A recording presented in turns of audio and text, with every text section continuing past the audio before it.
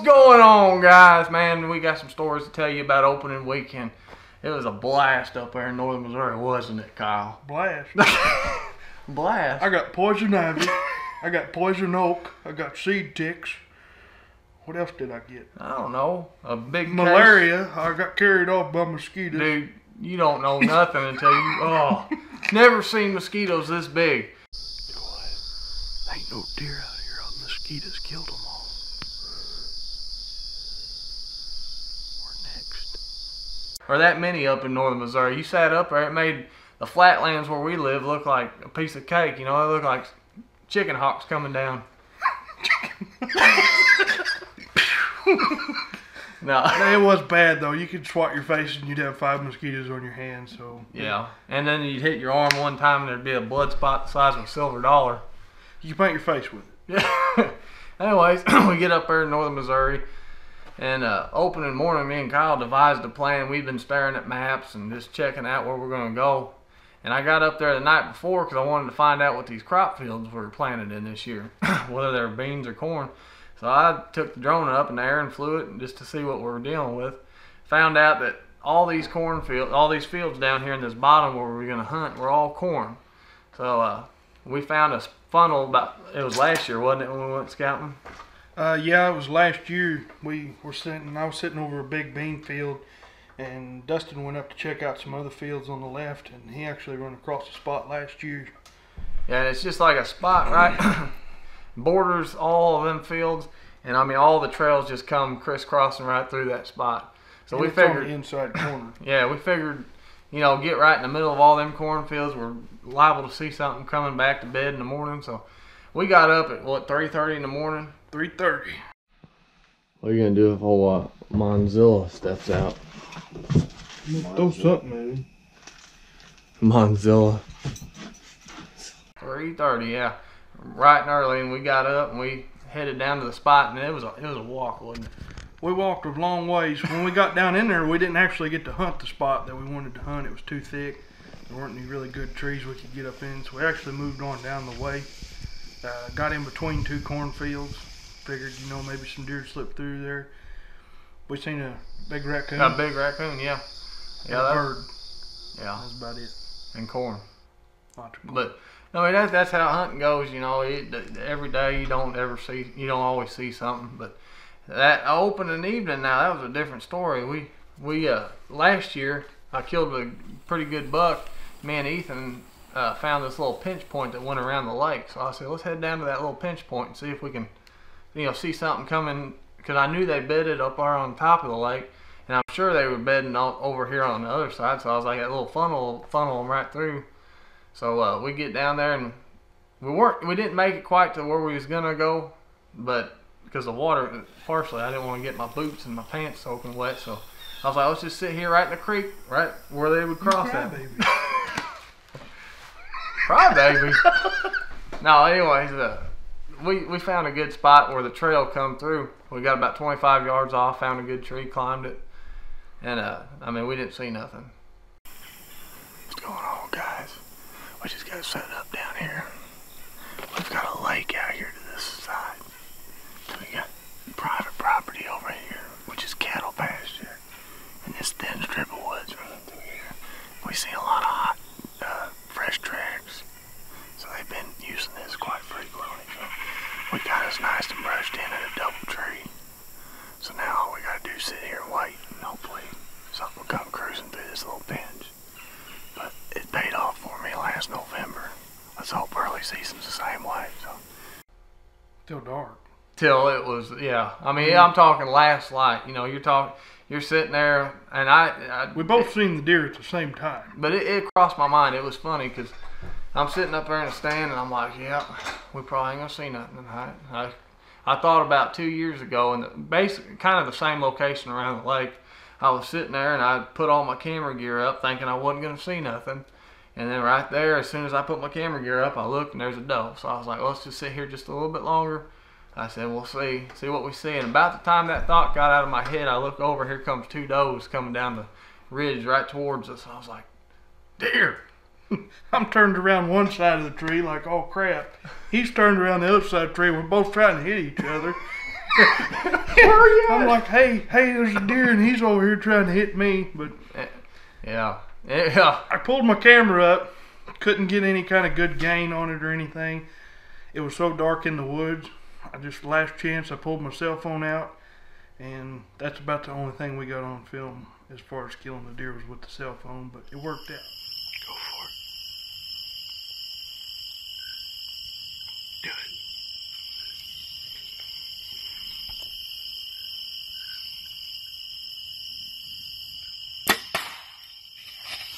Shot, baby.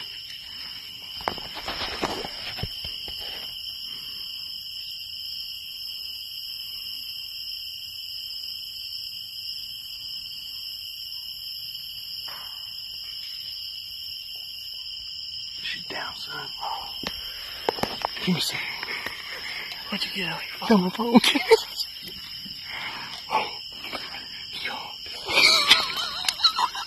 That's how you get it done. Flashlight, dude. I couldn't get it on my camera. It wouldn't pick it up. My phone did, though. How long did it? So good. Right up there, close to the truck. She crashed. Run right to the truck. That one looked like a buck. I thought it was a buck at first. That's a big old dog. I know. Dude, I ain't nothing better than this, man. I'm fired up. I didn't even get to shoot it. I thought I heard something. I looked down. I didn't even see the second one until I drew back. Look at my old Luminok down there just a glowing. Oh, it looked like I smoked it. You smoked it? I could barely see them. She crashed. I heard her crash. Dude, I'm ready to see what them new swackers did to her. Dude. Last night, dude, baby. That's how you get it done. I was sitting here thinking, I was like, man, we might as well just start climbing down. I was like, no, I'm gonna wait and sit it out just a little bit longer. I can still kind of see. Sure enough, here they come. Oh, dude. Opening day, baby. Get it done. Hey, you stay wild. Stay wild. Yeah. So the footage that you'll see is not the, it's not the best footage, but it's footage. It's real life footage, son. You got all these professionals out there that will not shoot deer after low light hours because their cameras won't pick it up. Well, we're just a bunch of rednecks from southeast Missouri, and we wanted to eat backstrap that night. And here's a swacker smack. Yeah.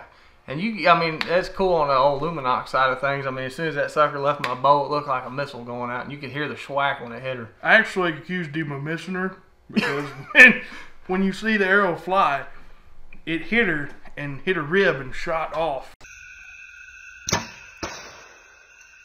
into the what? It was about 20 yards. 20 yards past her. And that's right there. I've used lighted nocks on and off. And this year I actually sighted all my arrows in and I used lighted nocks. And that is one of the biggest reasons that I think lighted nocks are good. Is because if I wouldn't have had a lighted nock on that arrow, I probably would have never found that arrow again. Because it passed through her and it shot off to the right about 20 yards. You'll see in the footage. And I knew it was over there. So the time we got down, it was dark. Oh, yeah. That's how we roll, man. All these professionals, they wait for the perfect camera conditions, dude. We're ready to eat some. The lucky hat, son. The money hat. The money hat. That's what it was. Guaranteed. Oh, yes. Dude, there ain't no better feeling than this. Kids, if you're out there and people want you to do drugs, tell them, hell no. Hell no. I like to hunt, dude. You ain't gonna get no rush unlike it. Starts in your toes and goes up to your brain cavity.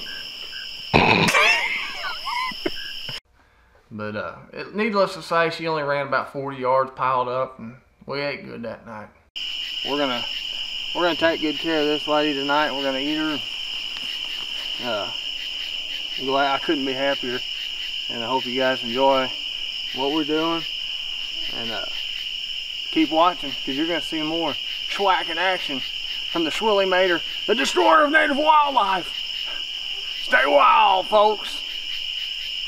Do you stay wild?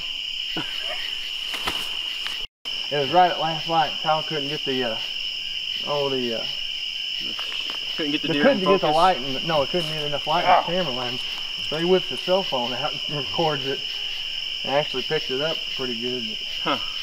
Sweet. All right, Ken, let's take the kids that way. So. Right.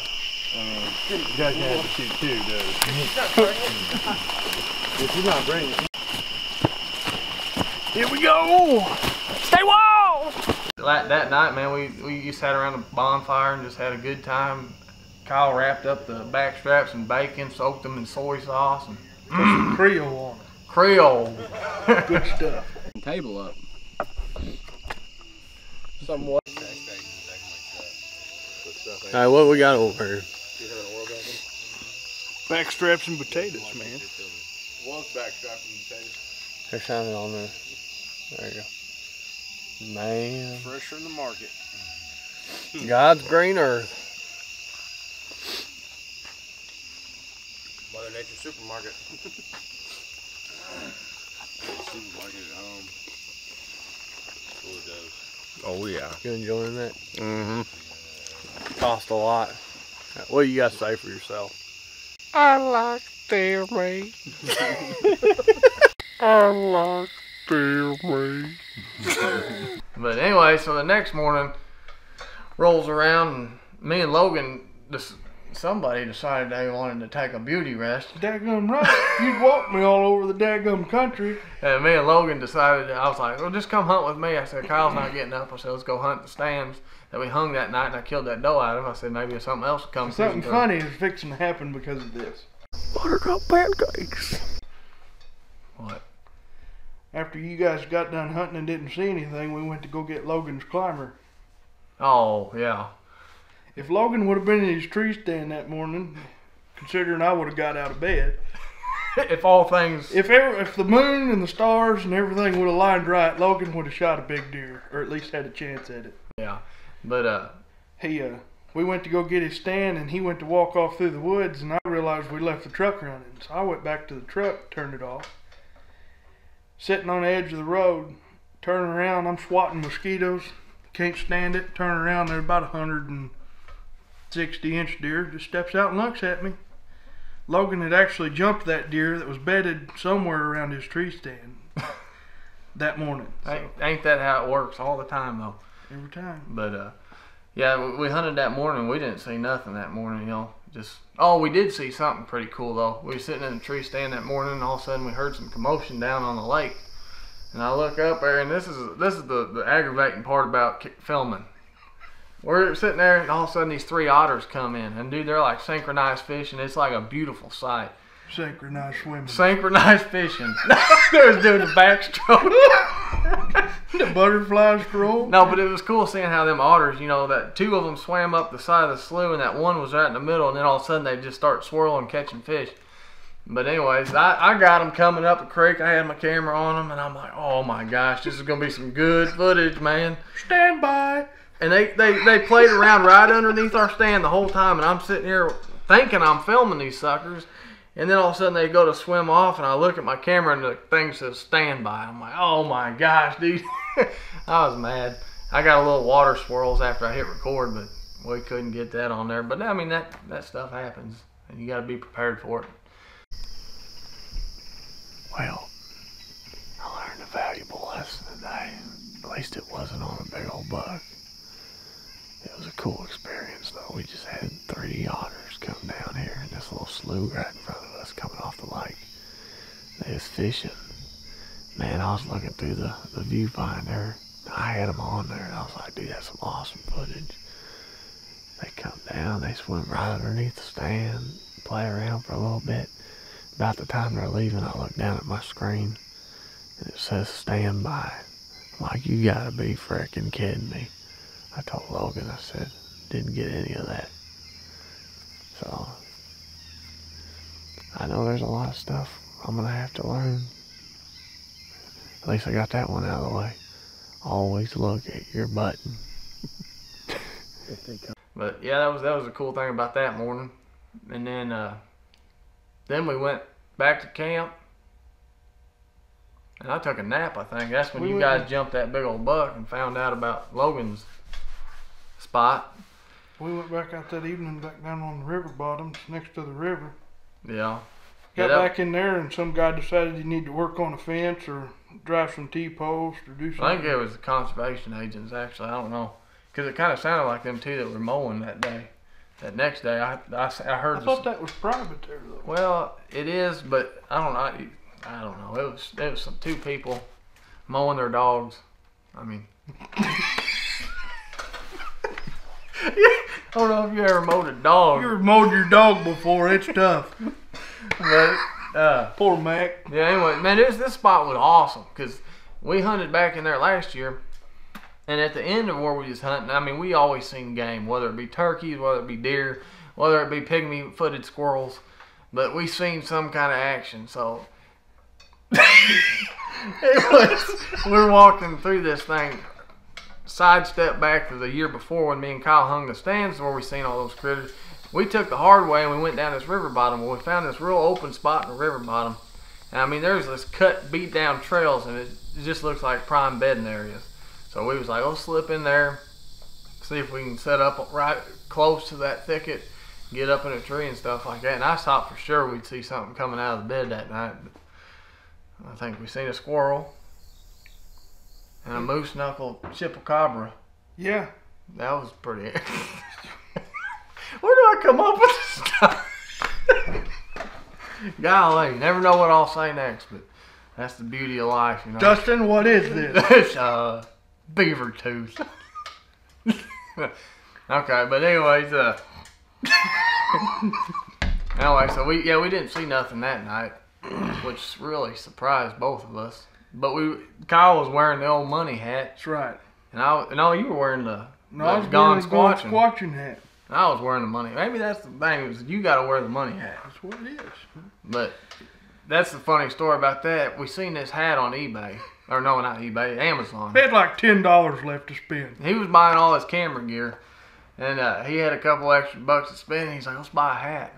Well, he wanted a gone squatching hat, which I never heard of that before in my life. But I hadn't either. I just seen it. I seen it somewhere. But anyways, he got that. And I was like, I seen this hat just shining on Amazon. And it was only $16. It's alligator skin gold. And it has a dollar sign on it. With jewels on it. Bedazzled. I mean, what? Bedazzled. What? Bedazzled. I mean, what? Bedazzled. What? Bedazzled. What other hunting show do you see people killing deer in money hats? I don't know. Bedazzled. And that's probably a good reason why you don't see that. Because we don't see nothing, but it's cool anyways. We wore it. We did kill that doe that night. You killed the doe while I was wearing it. Yeah. It was dark though. But anyways, us at camp, we kind of come up with this thing is like every year when we go up to opening weekend, we call it Doe Fest of whatever year it is. And we take some chalk and write down on the side of the wall, you know, the scores of however many, because it's unlimited doe tags up there. So, you know, we write down, see who wins. And that we made the deal that whoever wins Doe Fest every year has to sport the money hat for a year. It's kind of like a title belt, you know what I'm saying? So now we're all screwed. We're not going to kill no deer because he's wearing the money hat. But yeah, that's basically the weekend. All in all, we had fun. We got away, sat around the fire, hung out with some good friends. Stuff you don't get to do. Stuff Who'd you we live hang out with? Sasquatch. No, that's what it's all about to me, really. I mean, I love hunting deer, don't get me wrong. But when we go up there, it's just, you know, like you said, time to get away. And the bonfire. You can't have deer camp without a bonfire where you can sit there and just, you know, roast your hams and get all toasty and tell stories about the end. There was the one time I hung a stand in the city park and the people told me to leave because I was dropping acorns on their lunch. You know, that's just what we do. We film stuff and we put it on YouTube. You might see Kyle doing a break dance with an old gray wolf out in Pennsylvania I did that one time. Did you? If you like the kind of videos we're putting out, make sure you go to our YouTube. Hey, you're blocking my sunshine here.